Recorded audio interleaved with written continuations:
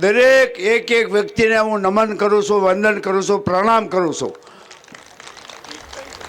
હું કોઈ જ્ઞાનની વાત નહીં કરું કે ટાઈમ નહીં બગાડું, પણ ગ્રીન આર્મી ચેરિટેબલ ટ્રસ્ટ ઉછેર અભિયાન, ગ્રીન આર્મી ચેરિટેબલ ટ્રસ્ટ વૃક્ષ ઉછેર અભિયાન દ્વારા અમે છેલ્લા 10 વર્ષથી જે અવિરત 365 દિવસ કામ કરી રહ્યા છીએ, ત્યારે ગ્રીન આર્મી ટ્રસ્ટ જે ચેરિટેબલ ટ્રસ્ટ છે એ આ સુરતનું ચેરિટેબલ ટ્રસ્ટ છે. અમારું કાંઈ નથી, અમારું એક પાન બી નથી.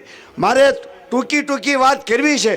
જ્યારે અમે 365 દિવસ કામ કરીએ છીએ ત્યારે એક પણ દિવસ અમે ક્યારે રજા રાખતા નથી. તો અમારા ગ્રીન આર્મી ચેરિટેબલ ટ્રસ્ટ દ્વારા અમે સુરતની શહેરી દિશામાં કામ કરી રહ્યા છીએ અને 1,50,000 જેટલા વૃક્ષો આજે મોટા થઈ ગયા છે. 1,65,00,000 વૃક્ષો વવાઈ ગયા છે. આ ભામાશાહના દાતાઓના સહયોગથી અમે કામ કરી રહ્યા છીએ. અમે કોઈ ઉપકાર નથી કર્યો, અમારે કોઈ મોમેન્ટો નથી જોતો. અમારા મોમેન્ટો તો આ રોડે ઊભા છે 8 વર્ષથી, એ 200 વર્ષ ઊભા રહે. એ સબૂતરા છે, તમારે સબૂતરો નહીં બનાવવો પડે. જીવ માત્રને, પક્ષીઓને, પશુઓને, નાના માણસો વેપાર ધંધા કરશે, બધું જ થાય છે.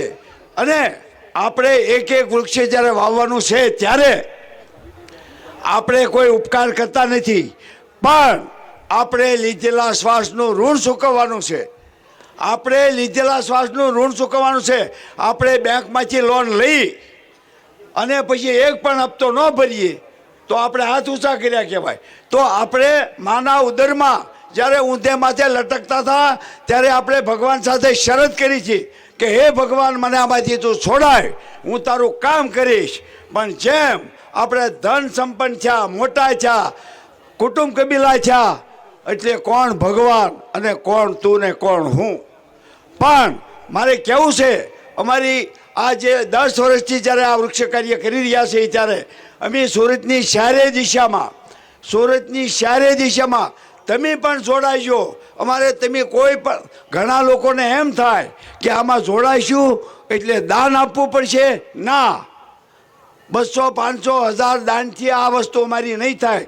કારણ કે અમે 1,40,000 દર મહિને અમારા 10 પગારવાળા છે, 2 ટ્રેક્ટર છે, 2 પાણીના ટાંકા છે, 3 ટેમ્પા છે, 2 નર્સરી છે અને 250 માણસો છે સેવા કરવાવાળા. તો આમાં તમે ગમે ત્યારે જોડાઓ અને ગમે ત્યારે આવી શકો. આમાં કોઈ ડિસિપ્લિન નથી, પણ આપણે લીધેલા શ્વાસનું ઋણ ચૂકવવા એક ઘર દીઠ 1 વૃક્ષ આપણે લગાવશું તો પણ આપણે છે ને લાખો વૃક્ષો થઈ જાય છે. આપણે આપણી 3 પાંખના વડા બિપિન રાવત સાહેબનું પ્લેન ક્રેશ થયું. આ ભારતની માલપા, ગુજરાતની માલપા કે સુરતમાં કોઈ વૃક્ષો વાવ્યા કે નથી વાવ્યા મને ખબર નથી, પણ અમે 521 વૃક્ષો, આપણા દેશનું ગૌરવ કહેવાય, આપણા દેશનો મુંગટ કહેવાય. અને હેલિકોપ્ટર ક્રેશ થયું, બિપિન રાવત સાહેબ શહીદ થઈ ગયા. તો આજે આ રાષ્ટ્રની માલપા આપણે દરેકે પીડા અનુભવવાની છે.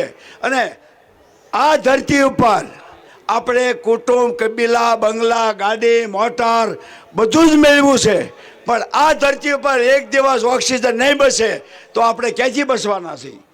કોરોના કાળમાં આપણે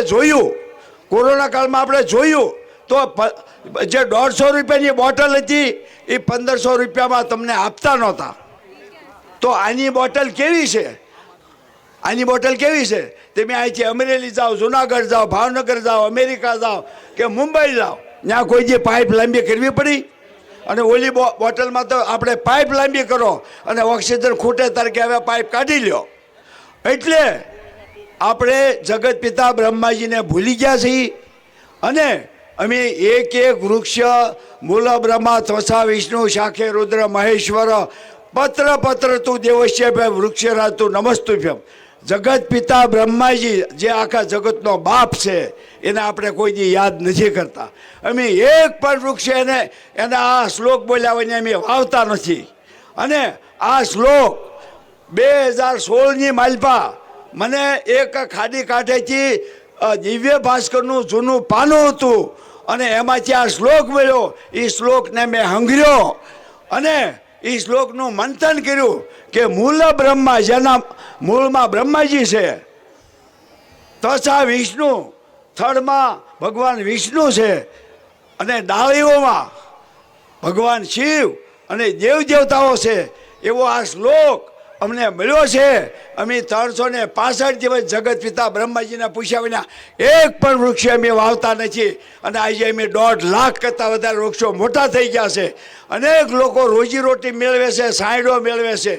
પણ હું આજે તમને કહેવા, હું ભાષણ કરવા કે હું કોઈ તમને જ્ઞાન આપવા નથી આવ્યો.